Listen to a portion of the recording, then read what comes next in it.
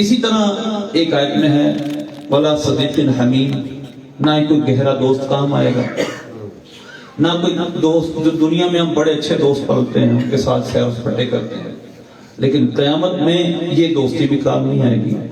تو اب قرآن پاک میں دوستیوں کے دو طرح کے چیزیں بیان کی، دو طرح کی دوستیاں ہیں۔ ایک دوستی ہے جس کا تعلق صرف دنیا سے ہے، جس کا تعلق صرف دنیا کی عیش سے ہے، دنیا کی راحت سے ہے، اور دنیا کی انسان سیر و سپاٹے کی وجہ سے ٹائم سپینڈ کرنے کے لیے دوستیاں کرتا ہے، یا کاروباری دوستیاں ہو جاتی ہیں، یا کوئی بھی کلاس فیلو بن جاتے ہیں۔ یہ سب دوستیاں دنیا تک ہیں، ان کا دنیا تک فائدہ ہے، آخرت میں ان کا نقصان ہوگا۔ جو کسی دوست کی وجہ سے گناہ کیا ہوگا دوسرا دوست دور بھاگے گا، کہیں یہ مجھے پکڑ نہ لے اور کہے نا کہ میں نے تیری وجہ سے گناہ کیا، تو یہ دوستیاں قیامت کے دن دشمنیاں بن جائیں گی۔ لیکن ایک دوستی ہے جو قیامت کے دن پہ دوستی ہوگی۔ اللہ نے 25ویں پارے میں اس دوستی کو بیان کیا، الاخلاء خلیل کی جمع، الاخلاء یومئذ بعضهم لبعض عدو الا المتقین۔ قیامت کے دن دوست دوست کا دشمن ہوگا، مگر پرہیزگاروں کی دوستی اس دن بھی سلامت رہے گی۔ حدیث صحیح ہے، نبی پاک صلی اللہ علیہ وسلم نے فرمایا کہ جو آپس میں محبت کرنے والے ہوں گے، المتحابون فی اللہ، جسے پاک میں لفظ ہے المتحابون فی اللہ، اللہ کی خاطر محبت رکھنے والے، جن کا اٹھنا بیٹھنا اللہ کے لیے، جو اگر دوستی رکھتے ہیں تو دین سیکھنے سکھانے کے لیے، اللہ کا ولی ہونے کی وجہ سے، اللہ کا قریبی ہے، اللہ کا دوست ہے، درویش ہے، اس وجہ سے دوستی رکھتے ہیں۔ اور جسے پاک میں فرمایا گیا اللہ ان کو قیامت کے دن وہ مقام دے گا یغبطہم الانبیاء، انبیاء بھی جن کے مقام پہ رشک کریں گے، ان کے لیے اللہ نور کے ممبر بچھائے گا، ان ممبروں پر یہ بیٹھیں گے، اور انبیاء کرام ان پر رشک فرمائیں گے، شہداء رشک کریں گے۔ اور رشک کی وجہ یہ نہیں ہوگی کہ انبیاء جتنا بڑا مقام، نہیں، انبیاء نہیں ہوں گے، انبیاء کرام علیہ السلام دیکھیں گے تو رشک کریں گے یہ کون لوگ ہیں اللہ نے جن کو اتنا بڑا مقام دیا ہے، اور یہ ہوں گے کون؟ المتحابون فی اللہ، جو فقط اللہ کے لیے پیار کرنے والے ہیں۔ سبحان اللہ، ان کی دوستیوں کا اتنا فائدہ ہے، ان سے پیار کا اتنا فائدہ ہے، جتنا ان سے پیار کا فائدہ ہے اتنا ہی ان سے نفرت کا نقصان ہے۔ صحیح بخاری کی حدیث ہے، حدیث قدسی ہے، من عاد لی ولیا فقد آذنتہ بالحرب۔ اللہ نے فرمایا جو میرے کسی ولی سے دشمنی رکھے میرا اس کو اعلان جنگ ہے، میرے کسی ولی سے عداوت رکھے، دشمنی رکھے، میرا اس کو اعلان جنگ ہے۔ مطلب کیا ہے؟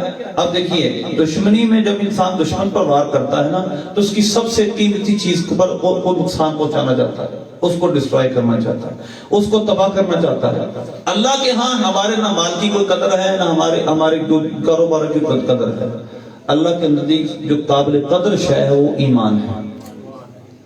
تو محدثین کرام نے اس کی شرح میں لکھا ہے کہ ڈر ہے جو شخص اللہ کے ولیوں سے عداوت رکھتا ہے اس کا خاتمہ ایمان پر نہیں ہوگا۔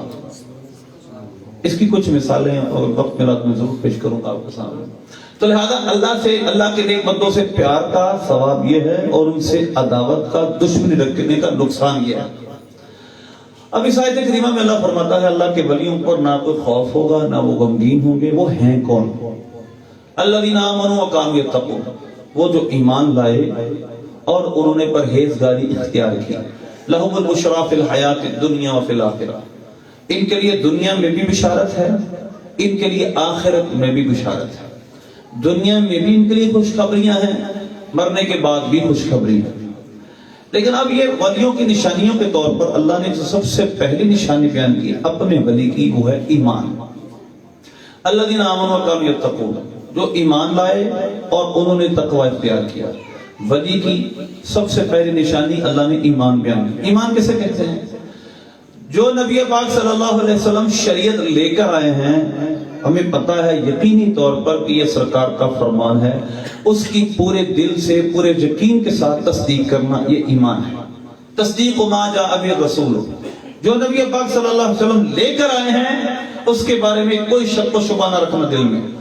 تصدیق جازم ہو، پکے دل سے انسان اس کی تصدیق کرے، مجھے سمجھ آ رہا نہیں آ رہا، جو قرآن میں اللہ نے فرمایا وہ حق ہے، جو باتیں میری نبی پاک صلی اللہ علیہ وسلم کی مجھ تک پہنچی ہے میرے حبیب صلی اللہ علیہ وسلم کی یقین کے ساتھ پتہ ہے، ان کی تصدیق کرنا کہ یہ واقعی حق ہیں، سچ ہیں، یہ ایمان ہے۔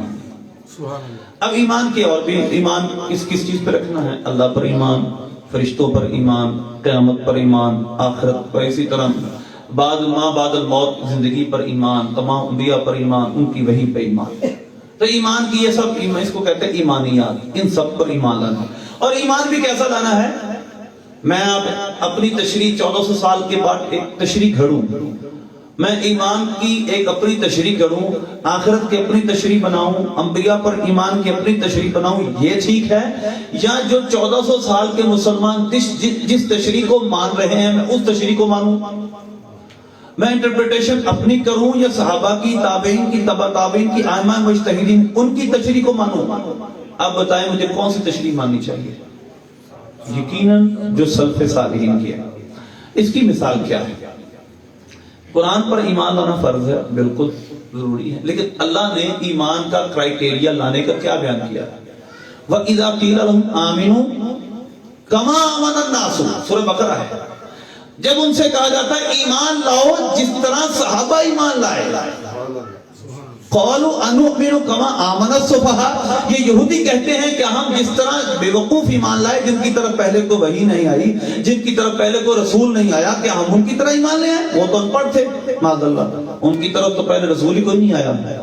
تو تکبر اور غرور کی وجہ سے کہتے ہیں ہم تو پڑھے لکھے لوگ، انٹیلیجنٹ ہیں، ہم اتنی جلدی چیزوں کو مانتے نہیں ہیں، ہم پرکھتے ہیں، ہم لاجک پہ دیکھتے ہیں چیزوں کو، لہذا ہم ایمان لائیں گے اپنی تحقیق کے ساتھ۔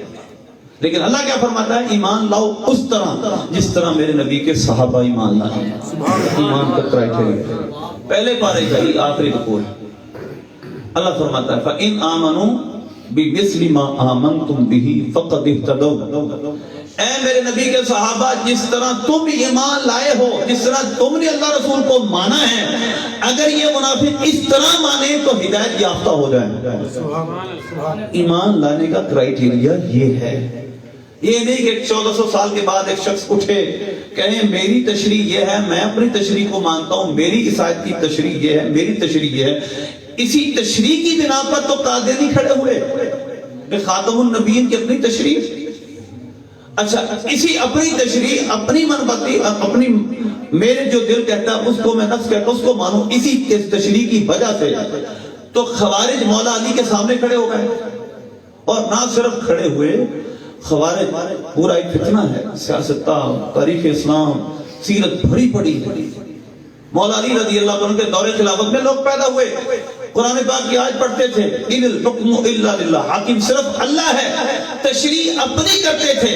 انہوں نے مولا علی کو بھی کافر کہا، انہوں نے صحابہ کرام کو، حضرت امیر معاویہ کو، حضرت عمر بن عاص کو، جتنے حضرت علی کے ساتھ تھے، جتنے ان کے ساتھ تھے، سب کو کافر کہا۔ کہتے تھے حاکم صرف اللہ ہے، یہ کہتے ہم حاکم ہیں۔ اس شرک کرنے کی وجہ سے معاذ اللہ یہ سب کافر۔ صحیح مسلم میں حضرت مولا کائنات کو جب ان کا یہ جملہ ملا، بتایا گیا فرمایا کلمۃ حق ارید بہ باطل، کلمہ سچا ہے، بات تو قرآن میں لکھی ہے حق، لیکن اس سے ارادہ غلط کیا گیا ہے، اس کی تشریح غلط کی گئی ہے، اس کی تشریح اپنی مرضی سے کی جا رہی ہے۔ سیدنا مولا علی رضی اللہ عنہ نے حضرت عباس، عبداللہ بن عباس، حضرت ابو موسیٰ شریف رضی اللہ عنہما، ان دونوں کو فرمایا جاؤ خوارج کے پاس جاؤ، خارجیوں کے پاس جاؤ، یہ حرورہ مقام سے نکلنے والے تھے، ان کے پاس جاؤ، ان سے جا کے بات کرو، ڈیبیٹ کرو، سمجھاؤ۔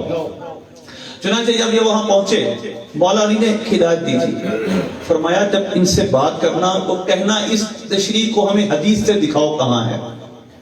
یہ مولا علی کا فرمان کا مفہوم ہے، ہمیں دکھاؤ کہ تم جب بات کر رہے ہو رسول اللہ نے کہاں فرمائی ہے۔ قرآن پاک کی آیت سے استدلال کر رہے ہو نا، دلیل بنا رہے ہو، تو بتاؤ یہ دلیل نبی پاک نے کہاں بنائی ہے جو تم اس آیت سے اخذ کر رہے ہو؟ حضور نے کہاں اخذ کیا تھا؟ تو مولا علی نے یہ سمجھا کر بھیجا، فرمایا جب تم یہ بات کرو گے تو ان کے پاس کوئی جواب نہیں ہوگا، کیونکہ وہ تو قرآن کی آیت پڑھ کے تشریح اپنی کر رہے ہیں، اپنی مرضی سے، نفس کی جو مرضی ہے۔ تو لہذا عبداللہ بن عباس ابو مساشری جب ان کے پاس گئے، انہوں نے ان سے مناظرہ کیا، ان کو سمجھایا، بہت سارے خارجیوں کی بات سمجھ میں آئی اور انہوں نے توبہ بھی کی۔ تو لہذا قرآن پاک کی ایک تشریح وہ ہے جو ہمارے نفوس قدسیہ نے، صحابہ، تابعین، تبع تابعین نے، اس کے بعد ائمہ مجتہدین نے کی ہے، اور ایک وہ تشریح ہے جو اس دور میں ہو رہی ہے۔ آپ بتائیے ہم کس تشریح کو مانیں گے؟ ہم ایمان کون سا لائیں گے؟ وہ کون سا سچا ایمان ہے جو ہمیں آخرت میں نجات دے گا؟ یقیناً یہ ایمان ہے جو ان نفوس قدسیہ کا ہے۔ مثلا ہم نماز کے اندر ہر نماز میں ایک دعا مانگتے ہیں، اہدنا الصراط المستقیم، ہمیں سیدھے راستے پہ چلاتے ہیں۔ اچھا، سیدھا راستہ قرآن نے خود بتا دیا کون سا، صراط الذین انعمت علیہم، وہ سیدھا راستہ وہ ہے جن پر تو نے انعام کیا۔ ان انعام یافتہ لوگوں کو بھی اللہ نے قرآن میں بیان کر دیا، فَأُولَئِكَ مَعَ الَّذِينَ أَنْعَمَ اللَّهُ عَلَيْهِمْ مِنَ النَّبِيِّينَ وَالصِّدِّيقِينَ وَالشُّهَدَاءِ وَالصَّالِحِينَ وَحَسُنَ أُولَئِكَ رَفِيقًا۔ وہ اللہ کے انعام یافتہ کون ہے؟ وہ نبی ہیں، وہ صدیق ہیں، وہ شہداء ہیں، وہ نیک لوگ ہیں۔ لہذا اللہ فرماتا ہے ان لوگوں کے راستے پر چلنے کی مجھ سے تم نے دعا مانگنی ہے۔ آپ مجھے ذرا ایک بات سمجھائیں، آج ہمیں کہا جاتا ہے تم تقلید کرتے ہو، حالانکہ یہ سوال آج سے 1 صدی پہلے اس کا وجود ہی نہیں تھا۔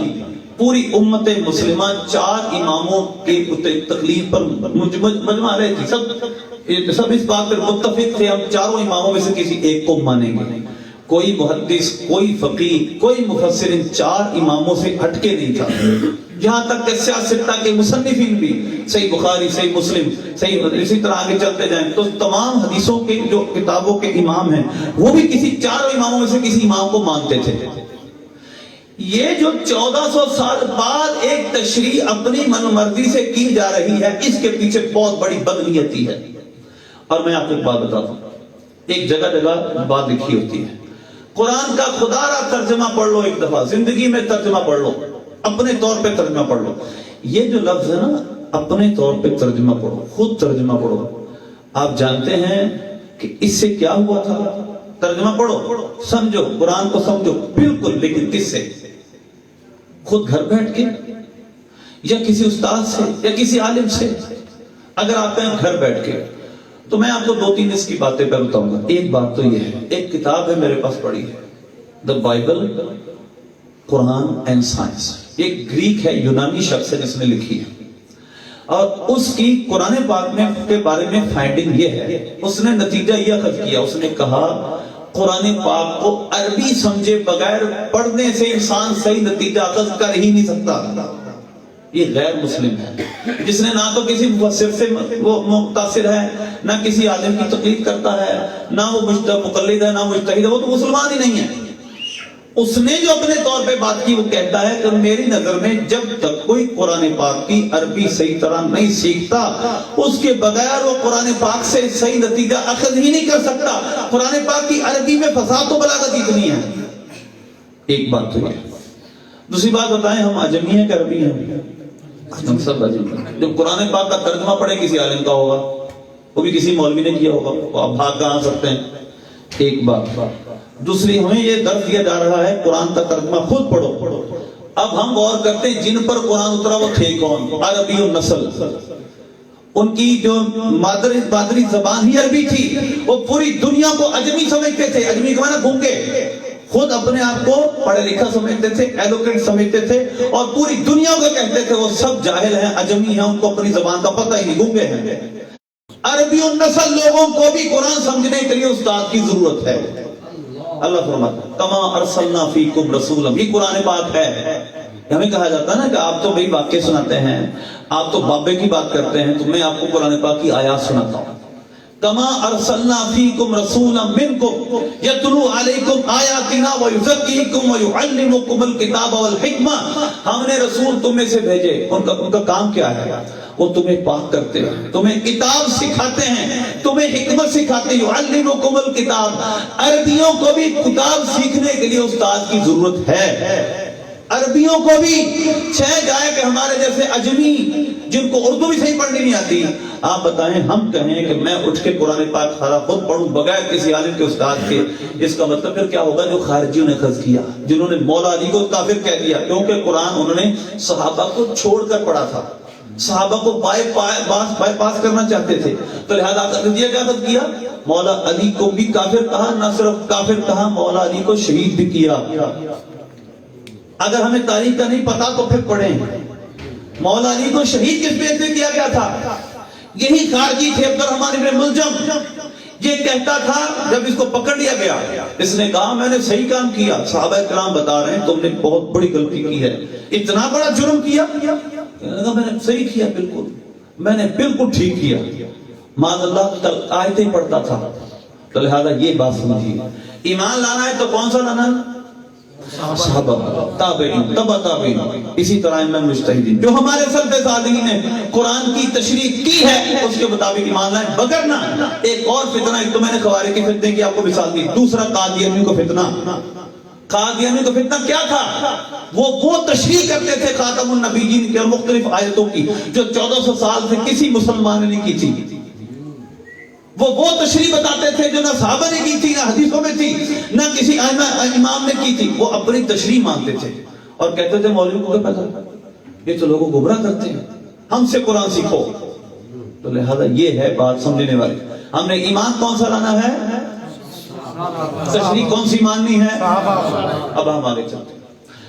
وہ کامل، اچھا ایمان یہ ہر چیز کے لیے کنجی ہے، وَمَن يَعْمَلْ مِنَ الصَّالِحَاتِ مِن ذَكَرٍ أَوْ أُنثَىٰ وَهُوَ مُؤْمِنٌ، اللہ نے فرمایا کئی جگہ قرآن پاک میں کہ جو نیک کام کرے، خواہ وہ مذکر ہو خواہ مؤنث، کی جنس کوئی بھی ہو، لیکن شرط یہ ہے کہ وہ ایماندار ہو، فَأُولَٰئِکَ يَدْخُلُونَ الْجَنَّةَ، وہ جنت میں جائے گا۔ ایک آیت میں فرمایا فَرَاقُ فَرَانِ سَعِيدٍ، ایسے شخص کی کوشش نائگاں نہیں جائے گی، فَلَا يَخَافُ ظُلْمًا وَلَا هَدْمًا، جو اس طرح نیک کام کرے گا نہ وہ خوف رکھے ظلم کا اور نہ ہی کمی کا، اللہ اس کو پورا پورا اجر دے گا، لیکن شرط یہ ہے کہ وہ ایمان والا ہو، یہ بات یاد رکھیں۔ اللہ پیار ہی ایمان والے سے کرتا ہے، نیک سے کرتا ہے۔ یہاں ہمارے جملہ بولا جاتا ہے، نئی نئی دنیا میں نئی نئی تعلیمات ہیں اور ہمیں سمجھایا جا رہا ہے کہ تمہارا دماغ کھلا ہونا چاہیے، اللہ ساری مخلوق سے پیار کرتا ہے، وہ کیونکہ وہ رب العالمین ہے۔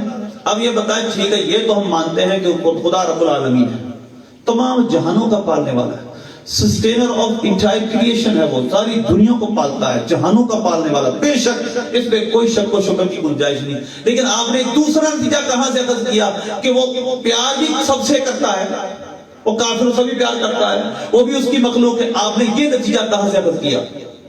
اللہ کس سے پیار کرتا ہے، کس سے پیار نہیں کرتا، اس کا تعلق تو وہی سے ہے، اللہ بتائے گا یا اللہ کے حبیب بتائیں گے، میں کیسے بتا سکتا ہوں اللہ اس کو چاہتا ہے اس کو نہیں چاہتا؟ یہ تو واضح بات ہے۔ اب سنیں اللہ کیا فرماتا ہے، اللہ فرماتا ہے ان اللہ لا يحب الکافرین، اللہ کافروں سے پیار نہیں کرتا، ان اللہ لا يحب المستكبرین، اللہ تکبر کرنے والوں سے پیار نہیں کرتا، ان اللہ لا يحب من كان خوانا اثیما، اللہ گناہگار سے پیار نہیں کرتا۔ اللہ کس سے پیار کرتا ہے؟ ان اللہ يحب المحسنین، اللہ نیکوں سے پیار کرتا ہے، اللہ پرہیزگاروں سے پیار کرتا ہے، ایمان والوں سے پیار کرتا ہے۔ لہذا نئے نئے نظریے، نئے نئے نتیجے اخذ کرنے کی بجائے انہی نتیجوں پر رہیں جو ہمارے سلف صالح نے بتائے ہیں، اسی میں آپ ہیں۔ ہمیں ایک آیت سنائی گئی، ہمیں باقی 6666 میں سے ایک کم کریں تو باقی آیتوں کا نہیں پتا اس میں کیا کہا گیا، تو برائے کرم دھوکے سے بچیں۔ اللہ فرماتا ہے ایمان والوں کی شان کہ جب ان کے سامنے اللہ کی آیتیں پڑھی جاتی ہیں، لم یخروا علیہا صما وعمیانا، وہ ان آیتوں پر گونگے بہرے ہو کر گر نہیں پڑتے، تحقیق کرتے ہیں، غور و فکر کرتے ہیں، پوچھتے ہیں علماء سے کہ اس کا مطلب مفہوم ہمیں سمجھائیں کہ فلاں شخص تو یہ کہہ رہا ہے۔ تو لہذا یہ ہے ایمان کا اور ماننے کا کرائٹیریا۔ اب آگے چلتے ہیں، اور وہ اللہ دوسری نشانی ان کی بیان فرماتا ہے وَقَانُوا يَتَّقُونَ، وہ پرہیزگار ہیں۔ اب ہم اپنے اوپر غور کرتے ہیں، ہمارے پیران نظام کیا ہے؟ جن پیروں کو ہم مانتے ہیں، آج کل جو پیری مریدی کا ایک ٹریڈیشنل سلسلہ ہے، اس کا ثبوت قرآن و حدیث میں کہاں ہے؟ پہلی بات تو یہ، اللہ نے اپنے ولیوں کی پہلی نشانی ایمان اور پھر تقوی۔ تقوی کیسے کہتے ہیں؟ تقوی کا لغوی معنی بچنا، اور اس کا کم از کم معیار ہے کیا ہے؟ کفر۔ اس کے بعد حرام چیزوں سے بچنا، حرام کو چھوڑ دینا، حلال کو اختیار کرنا، حرام سے اجتناب کرنا، پھر پڑھتے جائیں تو خواص کا تقوی، خواص الخواص کا طبقہ تک آگے بڑھتے جائیں۔ تو کم از کم تقوی کا ایمان کے بعد معیار یہ ہے کہ انسان حرام کو چھوڑے، حلال اختیار کرے، حرام کی طرف نہ جائے، اللہ کے اوامر و نواہی کا خیال رکھے، جو اللہ نے منع کیا اس سے بچے، اور جس کا حکم دیا اس کو کرے، جو فرض ہیں واجبات ان کو بجا لائے۔ یہ ہے تقوی۔ کم از کم تقوی ایمان کے بعد یہ ہے۔ آپ بتائیں، ایک شخص سے 5 مدریاں پہنی ہوئی ہیں، نماز بالکل نہیں پڑھتا، شراب پیتا ہے، بھنگ پیتا ہے، آپ مجھے بتائیں کہ وہ اللہ کا ولی کیسے ہو سکتا ہے؟ وہ ہوا پہ چلتا ہے جی، وہ پھونک مارتا ہے بندہ صحیح ہو جاتا ہے، تو کیا یہ ولایت کی نشانی ہے؟ اس کو ولایت کی نشانی کہے تو دجال کیا کرے گا؟ پتہ ہے آپ کو؟ وہ ہمارے اس ایمان کا ٹیسٹ ہوگا۔ دجال کیا کرے گا؟ مردے زندہ کرے گا، وہ تو بارشیں برسائے گا، اس کو کیا مانو گے پھر؟ تو لہذا ایک بات یاد رکھیں، یہ سب امتحان ہیں ہمارے، وگرنہ بڑے بڑے کرتب دکھاتے تھے کافر۔ اس وجہ سے ایک بات ذہن میں رکھیں، ولی ہونے کے لیے کرامت ہونا ضروری نہیں ہے۔ نبی کے لیے معجزہ ضروری ہے، لیکن ولی کے لیے باکرامت ہونا ضروری نہیں ہے۔ ولی کے لیے جو قرآن نے قید بتائی ہے وَقَامُوا يَتَّقُونَ، وہ پرہیزگار ہو، یہ ضروری ہے۔ بے شک یہ ضروری ہے۔ یہ ضروری نہیں ہے کہ وہ زمین ہواؤں میں اڑے، وہ پانی کے چشمے بہا دے، نہیں، یہ چیزیں ضروری نہیں ہے۔ پھر یہ اللہ کا جب ولی بن جاتا، اللہ اعزاز اور کرامت کا معنی اعزاز، ڈگنیٹی، آنر، اللہ ان کو اعزازاً کچھ چیزیں ایسی دیتا ہے کہ جو ان کی ولایت کی نشانیاں بن جاتی ہیں۔ تو لہذا اس لیے ایک بات یاد رکھیں۔ اچھا، تقوی انسان کب اختیار کرے گا؟ اس پہ سوال ہے۔ ظاہر ہے کہ میں چیز سے بچوں گا تب جب مجھے اس کے بارے میں علم ہوگا، میں علم رکھوں گا، جب میں جانکاری رکھوں گا، اس کے بغیر میں اس سے کیسے بچوں گا؟ تو اس سے پتہ چلا ولی کے لیے علم ہونا بھی ضروری ہے۔ اللہ فرماتا ہے انما یخشی اللہ من عبادہ العلماء، اللہ سے، اللہ کے بندوں میں سے وہی ڈرتے ہیں جو علم والے ہیں۔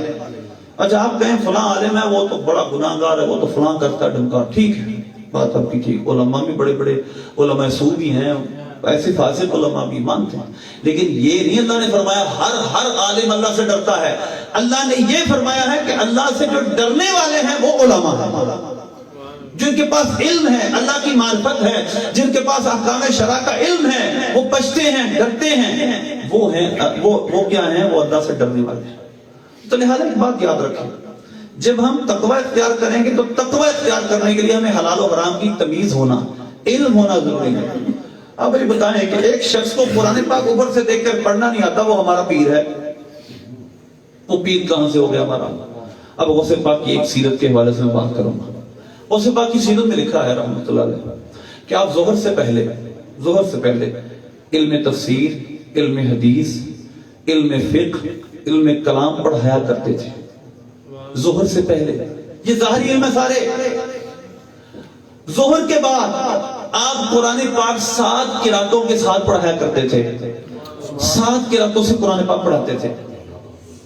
اور یہاں کہا جاتا ہے یہ بات کرنا مولوی کا کام ہے۔ پیر صاحب ہمارے آتے ہیں، نہ انہوں نے تقریر کرنی ہے، نہ کوئی شرعی مسئلہ بتانا ہے، نہ امامت کرنی ہے، نہ تفسیر کا درس دینا، ان کا کام صرف کیا ہے؟ وہ بیٹھیں گے، دعا کریں گے۔ اچھا، یہ دعا کریں گے، صرف پیر ہیں دعا کرنے کے لیے؟ یہ مجھے بتائیں کہ آپ مجھے 1400 سال کی کتابیں کھنگال لیں، یہ بھی ہم نے اسی طرح ماننا ہے جس طرح ہمارے سلف صالح مانتے ہیں، اپنی مرضی تو نہیں ماننا ہم نے۔ وہ کیا کہتے ہیں، پیری مریدی کیا ہے؟ امام غزالی کو پڑھیں، وہ کیا کہہ رہے ہیں؟ آپ غوث پاک کو پڑھیں، وہ پیری مریدی کیا کہتے ہیں؟ پیری مریدی تو رشد و ہدایت کا نام ہے، رہنمائی کا نام ہے۔ انسان اس ایسے کامل پیر کے تحت جائے جو انسان کو پاک صاف کر کے اللہ سے ملائے، یہ ہے پیری مریدی کا مقصد، تزکیہ نفس۔ اور یہاں تزکیہ نفس کیا کرے گا؟ اس کو تو خود کچھ نہیں آتا۔ غوث پاک 7 قراتوں میں قرآن پڑھاتے تھے، علم تفسیر، علم حدیث سب کا درس دیتے تھے، اور آج حال یہ ہے پیر صاحب صرف دعا کریں گے۔ وہ گویا یہ فزکس کے پیر ہیں، یہ کیمسٹری کے پیر ہیں، یا ہمیں کیا سکھائیں گے؟ اور جی اگر دین ہی سکھانا ہے انہوں نے۔ اعلیٰ حضرت عظیم المرتبہ شاہ امام محمد رضا خان رحمۃ اللہ علیہ فرماتے ہیں، آپ نے 4 شرطیں پیر کی لکھی ہیں، وہ الگ ہے۔ ایک شرط آپ نے الگ سے ایک جگہ بیان کی، فرمایا اس کا سلسلہ نسب متصل ہو اور وہ موصل اللہ بھی ہو، یعنی اس کے اندر اتنی طاقت اور لیاقت ہو کہ وہ ہمیں اللہ سے ملا سکے۔ پیری مریدی کا مقصد شرف رسم نہیں ہے کہ ہم مرید ہو گئے بس دعا کروا لیں گے کاروبار کی ترقی کے لیے. نہیں، پیری مریدی کا مقصد ہے وہ ہمیں پاک صاف کرے، ہماری روح کا تزکیہ کرے، ہمارے برے اخلاق ہم سے نکال کر، رذائل کو نکال کر اوصاف حمیدہ ہمارے دلوں کے اندر، ہمارے اندر راسخ کرے اور یوں ہمیں ہمارے رب سے ملائے. اگر اس کی یہ مقصد نہیں تو پھر پیری مریدی جو آپ کر رہے ہیں اس کا اسلام میں کوئی رشتہ نہیں، اس کا اسلام میں کوئی مقام ہی نہیں. تو لہذا اس بات کو بھی سمجھے، وہ پرہیزگار ہو، متقی ہو، اللہ کا ولی وہ ہو سکتا ہے. تو لہذا بات ہماری بہت آگے چلی گئی. اب تھوڑا سا ہم اور آگے چلتے ہیں.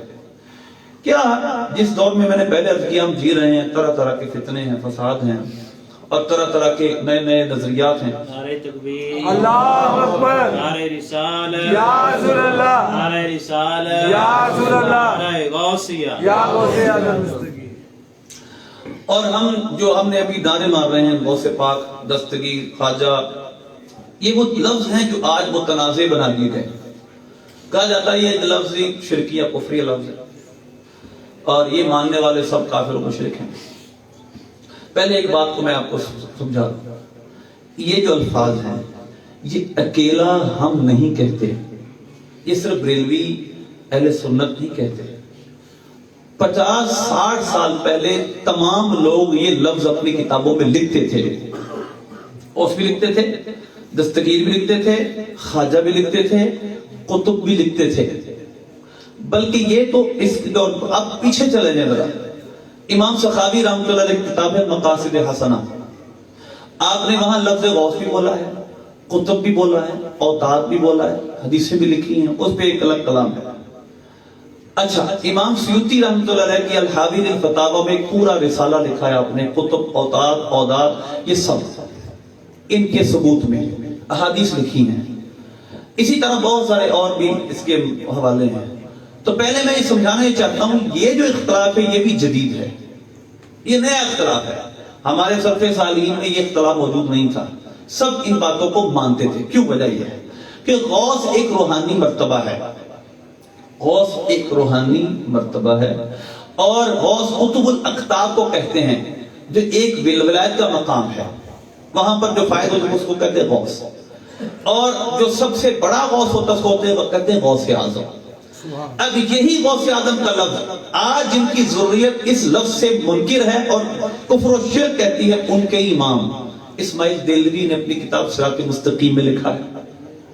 انہیں کے امام اشرف علی تھانوی نے امداد المشتاق میں لکھا ہے غوث کا لفظ. انہیں کے امام قطب الاقطاب بھی کہتے ہیں شین گنگوئی، اس نے اپنی کتاب امداد السلوک میں بھی لکھا ہے. یہ سب الفاظ ان کتابوں میں بھی موجود ہیں.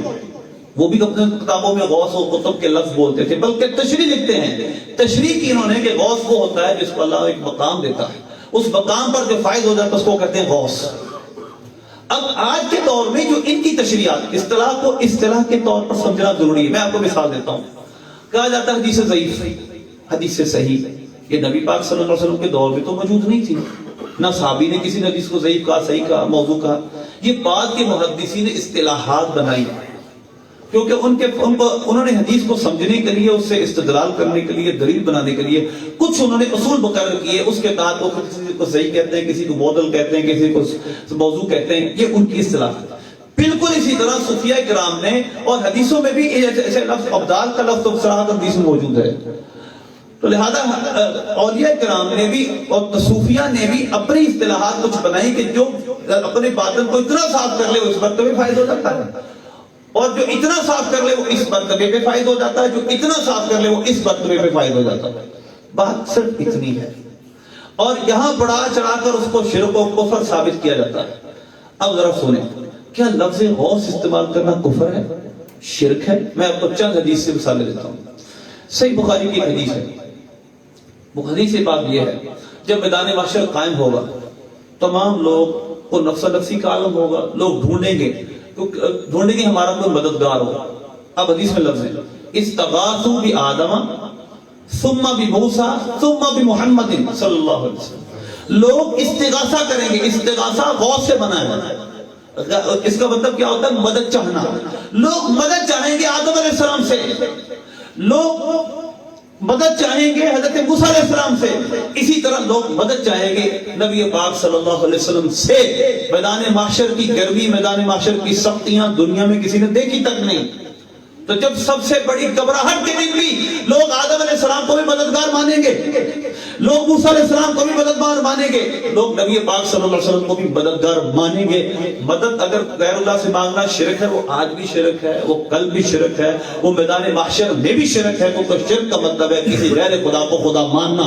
نہ خدا آج ہو سکتا دوسرا، نہ کل، نہ میدان محشر میں، نہ برزخ میں کسی جگہ دوسرا خدا ممکن ہی نہیں۔ تب بتا استغاثوا بآدم ثم بموسیٰ ثم بمحمد، سب غوث مانیں گے حضرت آدم علیہ السلام کو، پھر غوث مانیں گے حضرت موسیٰ علیہ السلام کو، اور نبی پاک صلی اللہ علیہ وسلم کو۔ اس دن یہ شرک کیوں نہیں؟ اب صحیح بخاری کی ایک اور حدیث ہے، اور کتاب الانبیاء ہے، صحیح بخاری کا چیپٹر ہے۔ حضرت سیدہ ہاجرہ رضی اللہ تعالی عنہا جب حضرت اسماعیل علیہ السلام کو صفا مروہ کے درمیان لٹایا، انہوں نے لٹا کر کبھی صفا پر جاتی کبھی مروہ پہ جاتی، انہوں نے کچھ آواز سنی، محسوس ہوا یہاں پر کچھ ہے، انہوں نے لفظ بولا حل انتک غواث، غوث سے بنا غواث، غوث سے بنا غوث، غواث کا معنی ہوتا ہے مدد۔ فرمانے لگی نظر کچھ نہیں آ رہا، کوئی سامنے نہیں ہے، غیبی چیز ہے، غیبی چیز ہے۔ فرمانے لگی تمہارے پاس کوئی مدد ہے تو ہماری کر دو، مدد ہے تو کر دو۔ الندہ کا غواث، نظر نہیں آ رہے، غیب سے مدد مانگی، کہا کوئی نظر ہے تمہارے پاس کوئی مدد ہے تو کر دو۔ جب واپس گئی تو دیکھا کہ حضرت اسماعیل علیہ السلام کے مبارک جو ایڑیاں تھی اس سے چشمہ جاری تھا۔ یہ صحیح بخاری میں ہے۔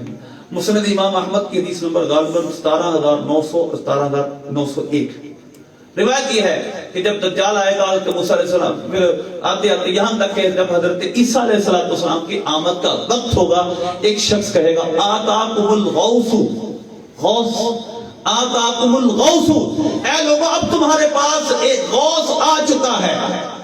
وہ کون ہوگے؟ عیسیٰ علیہ السلام۔ یہ بخاری مسند امام احمد میں امام احمد نے حدیث لکھی۔ لوگ کہتے ہیں اس کی سند ضعیف ہے، کوئی مسئلہ نہیں، اس کی کون سی ہمارے پاس ایک روایت ہے، اس موضوع کی کتنی روایت کو سب کو جوڑیں تو ایک مضبوط مضمون بن جاتا ہے۔ تو لہذا ایک بات یاد رکھیں، یہ کوئی نئے لفظ نہیں ہے۔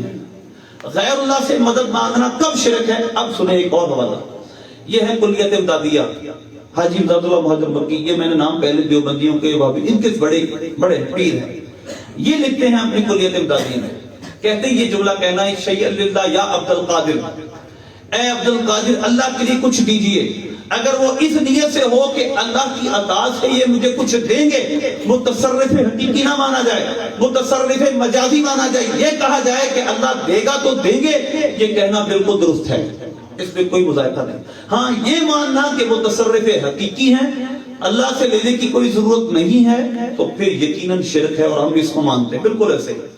جو غیر اللہ کو یوں مانے کہ اس کو اللہ سے لینے کی ضرورت نہیں ہے، وہ سامنے بیٹھا ہو یا کسی پردے کے پیچھے ہو، بہرحال کوئی اس طرح کسی کو مددگار مانے اللہ کے سوا تو وہ شرک ہے، کفر ہے۔ تو لہذا ایک مسئلہ بھی اپنے ذہن میں رکھیں۔ آخری بات میں کروں گا اسی حوالے سے، اسی مسئلے کو مزید ہم آگے چلتے ہیں۔ ایک فرق ہے جو بیان کیا جاتا ہے، ایاک نعبد و ایاک نستعین، تجھ سے ہی مدد چاہتے ہیں، تیری عبادت کرتے ہیں، ایک ترجمہ کیا گیا۔ اب دیکھیے گا یہ ترجمہ خود کتنا بدعتی ترجمہ ہے، کسی سلف صالحین میں سے کسی سے مذکور نہیں ہے۔ ترجمہ کیا ہے؟ ہم تجھی سے غیبی مدد مانگتے ہیں۔ قرآن میں کوئی غیب کا لفظ ہے نا؟ کیوں کہا گیا؟ کیونکہ جب ہم کہتے ہیں کہ تم کہتے ہو، ہم کہتے ہیں نا کہ غیر اللہ سے مدد مانگنا جائز ہے، جبکہ یہ مانا جائے کہ اللہ کی عطا سے کریں گے، وہ کہتے ہیں شرک ہے۔ اچھا پھر کیوں مانگتے ہیں کہ ہم کہتے ہیں ڈاکٹر صاحب سے میری مدد کرو، ڈوب رہا ہو سامنے ساحل پہ ہو، اس کو میری مدد کرنا ہے، میں ڈوب رہا ہوں، مر رہا ہوں۔ آپ کسی امیر کے پاس جاتے ہیں، میرے رشتہ دار کے پاس، یار میں بڑا پھنسا ہوں میری مدد کرو، تو کہ یہ کیا ہے؟ وہ کہتے ہیں نہیں یہ شرک نہیں ہے، کیونکہ یہ سامنے حاضر سے مدد ہے، غیب سے مدد نہیں ہے۔ اچھا یہ جو حاضر اور غیب سے مدد ہے، یہ قرآن پاک کی کس آیت سے فرق نکالا آپ نے؟ یہ کس حدیث سے فرق نکالا؟ آپ ہمیں وہ حدیث دکھائیں جس میں یہ فرق لکھا ہو، کہیں بھی نہیں۔ اور آپ نے اتنا بڑا نظریہ بغیر حدیث کے بنا لیا، یہ بدعتی نظریہ ہے۔ قرآن پاک میں ہے ہم تجھ سے ہی مدد مانگتے ہیں، بالکل ہم تجھ سے ہی، اللہ سے ہی مدد مانگتے ہیں، خواہ وہ مدد بالواسطہ ہو یا بلا واسطہ ہو، خواہ وہ مدد کسی وسیلے سے ہو یا ڈائریکٹ اللہ سے ہو، مدد صرف اللہ ہی کرتا ہے۔ اس کا ظاہری سبب کوئی اور کیوں نہ ہو، مددگار اللہ ہی ہے، وہ سے پاک مدد کریں گے، حقیقی مدد اللہ کی ہی مدد ہے کیونکہ اللہ نے ان کو یہ طاقت بخشی۔ اب آخر میں ایک حدیث سناتا ہوں، مصنف ابن ابی شیبہ اس طرح کی امام بخاری کے استادوں نے لکھی۔ اب میں ایک جو ہے کتاب والا دینے لگا ہوں، وہ بڑا اہم ہے والا، کتاب الاذکار، امام شرف الدین نووی رحمۃ اللہ علیہ، شافعی بزرگ ہیں، 43 سال عمر پائی، شادی نہیں کی کیونکہ امام شافعی کے مذہب کے مطابق اگر کوئی اپنے نفس پر کنٹرول کر سکتا ہو تو شادی نہ کرے، حرج نہیں، لیکن احناف کے نزدیک شادی کرنا پھر بھی افضل ہے۔ تو انہوں نے شادی نہیں کی اس وجہ سے، اور ساری زندگی حدیث کا کام کیا، صحیح مسلم کی شرح لکھی، آج بھی ان کی کتابیں مدارس پوری دنیا کے مدارس میں پڑھائی جاتی ہیں۔ انہوں نے ایک کتاب لکھی کتاب الاذکار، کتاب الاذکار ذکر کی جمع، اس کا مطلب صبح شام کے کون سے ورد ہم نے کرنے، کوئی مشکل آ جائے تو کیا کرنے، کوئی مشکل آئے تو کیا کرنے، انہوں نے ایک روایت لکھی۔ یہی روایت ابن تیمیہ نے کلم الطیب میں بھی لکھی ہے، یہ روایت کئی اور حدیث کی کتابوں میں ہے، لیکن مختصر یہ حدیث یہ ہے کہ جب کوئی کسی جنگل میں کھو جائے، جنگل میں اس کا جانور کھو جائے، یوں کہے اعینونی یا عباد اللہ، نظر کچھ نہیں آ رہا سامنے، ہمارے نظر کچھ نہیں آ رہا سامنے،